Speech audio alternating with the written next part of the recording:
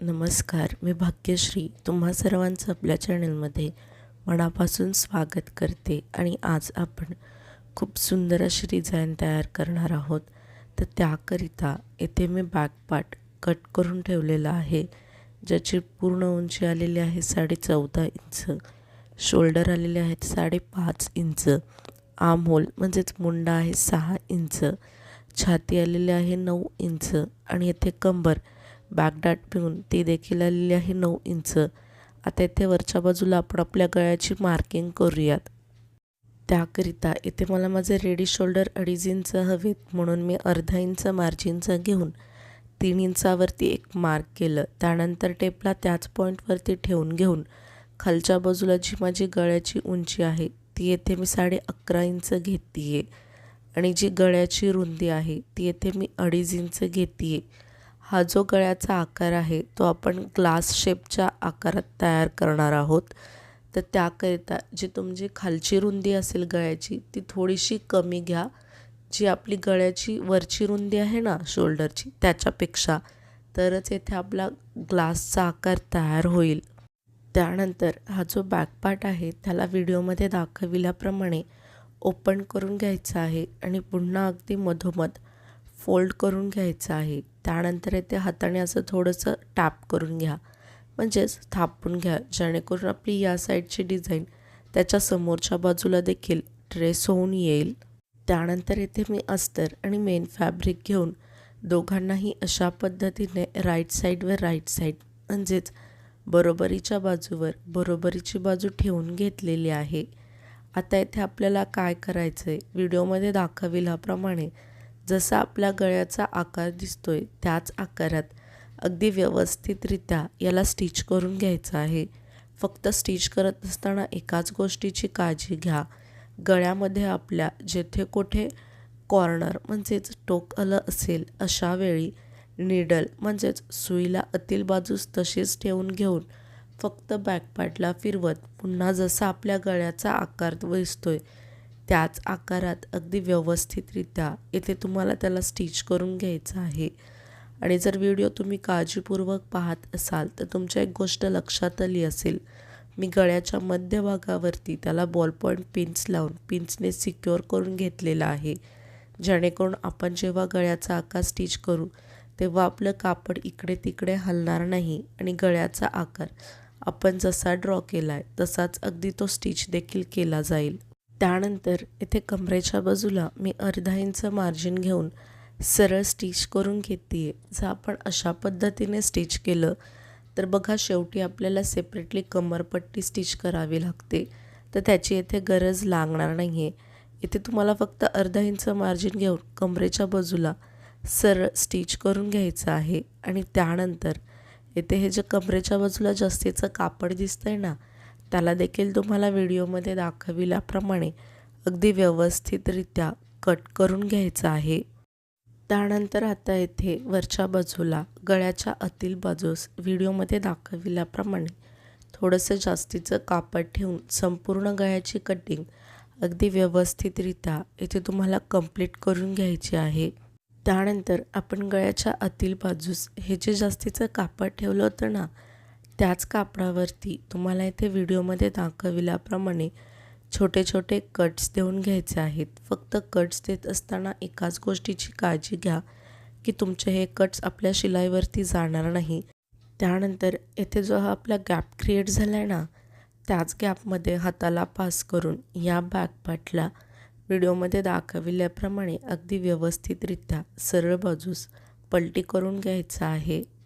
येथे बघा मी तुम्हाला सांगितल्याप्रमाणेच या बॅक पार्टला सरळ बाजूस पलटी करून घेतलेला आहे. आता इथे तुम्हाला व्हिडिओमध्ये दाखविल्याप्रमाणे यावरती टॉप स्टिच देऊन घ्यायचे आहे. टॉप स्टिच म्हणजे काय, तर जसा आपला गळ्याचा आकार वळतोय त्याच आकारात अगदी व्यवस्थितरित्या इथे तुम्हाला दाबटीप देऊन घ्यायची आहे. म्हणजेच जसा आपण गळ्याचा आकार ड्रॉ केला आहे त्या आकाराला तुम्हाला अगदी व्यवस्थितरित्या पुन्हा एकदा व्हिडिओमध्ये दाखविल्याप्रमाणे स्टिच करून घ्यायचं आहे.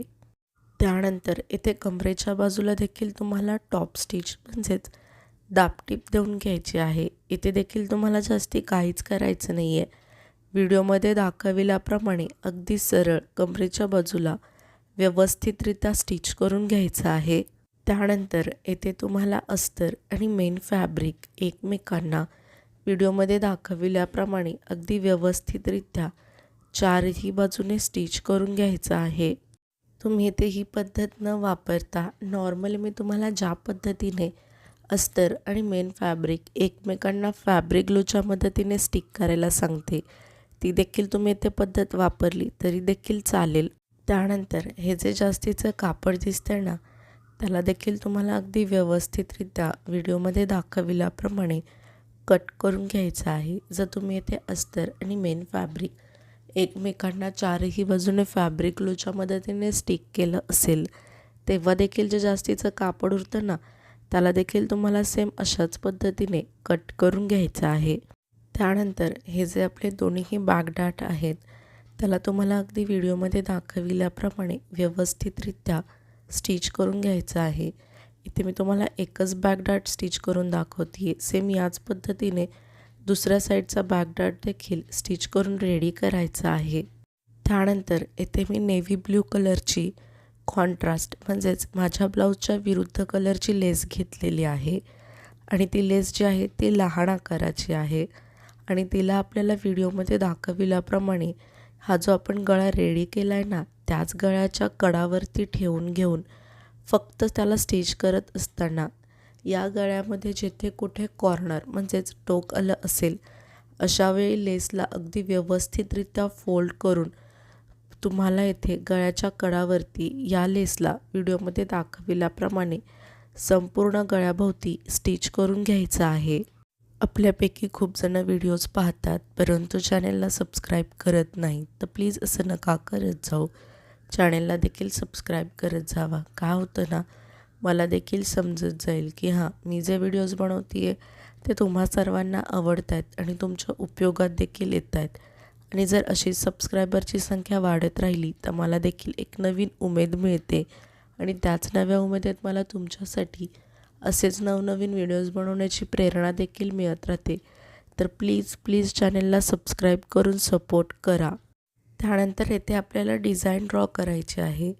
तेथे मी बॅक पार्टवरती सेंटर लाईन म्हणजेच मध्य लाईन ड्रॉ करून घेऊन पट्टीला अशा पद्धतीने ठेवून घेऊन एक क्रॉस लाईन म्हणजेच तिरकस लाईन व्हिडिओमध्ये दाखविल्याप्रमाणे येथे ड्रॉ करून घ्यायची आहे आणि त्यानंतर खालच्या बाजूला थोडासा कर्व आकार म्हणजेच गोलवा आकार तुम्हाला इथे ड्रॉ करून घ्यायचा आहे. आणि त्यानंतर येथे बघा व्हिडिओमध्ये दाखविल्याप्रमाणे अर्धा इंच घ्यायचं आहे. कुठून अर्धा इंच घ्यायचं तर आपण जी अगोदर लेस स्टिच केली आहे ना गळ्याच्या कडावरती ठेवून घेऊन, त्याच लेसच्या पुढच्या बाजूला अर्धा इंच घेऊन व्हिडिओमध्ये दाखविल्याप्रमाणे एक स्ट्रेट लाईन ड्रॉ करून घ्यायची आहे. त्यानंतर आता बॅक पार्टला अगदी मधोमध व्यवस्थितरित्या फोल्ड करून हाताने असं थोडंसं टॅप करून घ्या म्हणजेच थापून घ्या, जेणेकरून आपण या साईडला जी मार्किंग केलेली आहे डिझाईनची ती त्याच्या समोरच्या बाजूला देखील उमटून येईल. त्यानंतर बघा जी आपण अगोदर लहान लेस यूज केली होती ना, सेम मी त्याच लेसला घेतलेला आहे आणि येथे जी आपण अर्धा इंच मार्जिन घेऊन सरळ लाईन ड्रॉ केली होती ना, त्याच लाईनवरती या लेसला ठेवून घेऊन व्हिडिओमध्ये दाखविल्याप्रमाणे तुम्हाला जिथे आपली क्रॉस लाईन म्हणजेच तिरकी लाईन येते तिथपर्यंत सरळ स्टिच करून घ्यायचं आहे. त्यानंतर येथे मी सेम त्याच कलरची फक्त ब्रॉड म्हणजेच मोठी लेस घेतलेली आहे आणि तिला स्टिच करत असताना आपण जी ही क्रॉस लाईन ड्रॉ केली होती ना म्हणजेच थोडीशी तिरकस लाईन, त्याच लाईनवरती ठेवून घेऊन मग खालच्या बाजूला हा जो आपण थोडासा कर्व आकार म्हणजेच गोलवा आकार ड्रॉ केला होता ना, त्यालाच फॉलो करत व्हिडिओमध्ये दाखविल्याप्रमाणे अगदी व्यवस्थितरित्या मग खालच्या बाजूला म्हणजेच कमरेच्या बाजूला त्याला स्टिच करत जायचं आहे. आणि सेम तुम्हाला याच पद्धतीने जी याची समोरची बाजू म्हणजेच त्याच्या साईडची बाजू आहे ना विरुद्ध बाजू, त्या मार्किंगवरती देखील या लेसला ठेवून घेऊन तुम्हाला इथे त्याला स्टिच करून घ्यायचं आहे. इथे तुम्हाला जास्ती काहीच करायचं नाही आहे. आपण ज्या पद्धतीने मार्किंग केलेली आहे फक्त त्याच मार्किंगवरती या दोन्हीही लेसला ठेवून घेऊन त्याला इथे स्टिच करून घ्यायचं आहे. आणि मी तुम्हाला पुन्हा एकदा सांगेल की सेम तुम्हाला अशाच पद्धतीने त्याच्या समोरच्या बाजूला देखील लेसला स्टिच करून रेडी करायचं आहे. तर तुम्ही इथे पाहू शकता, मी तुम्हाला सांगितल्याप्रमाणेच त्याच्या समोरच्या बाजूला देखील लेसला स्टिच करून घेतलेला आहे. आणि येथे बघा, फक्त आपण 2 वेगवेगळ्या डिझाईनच्या लेस वापरल्याने किती सुंदर असा गळा तयार झालेला आहे. आणि ही डिझाईन तयार करायला सोपी आहे आणि आपण लेस देखील 2 वेगवेगळ्या वापरल्यामुळे त्याला हेवी असा लुक आलेला आहे. त्यामुळे क्लायंटकडून आपण पैसे देखील जास्ती घेऊ शकतो. आणि जर येथे तुम्ही शेवटी व्हिडिओ काळजीपूर्वक पाहत असाल तर बघा, खालच्या बाजूला जी गळ्याची रुंदी आहे ती आपण कमी घेतलेली होती आणि वरच्या बाजूला जी शोल्डरची रुंदी आहे ती आपली जास्त आली होती.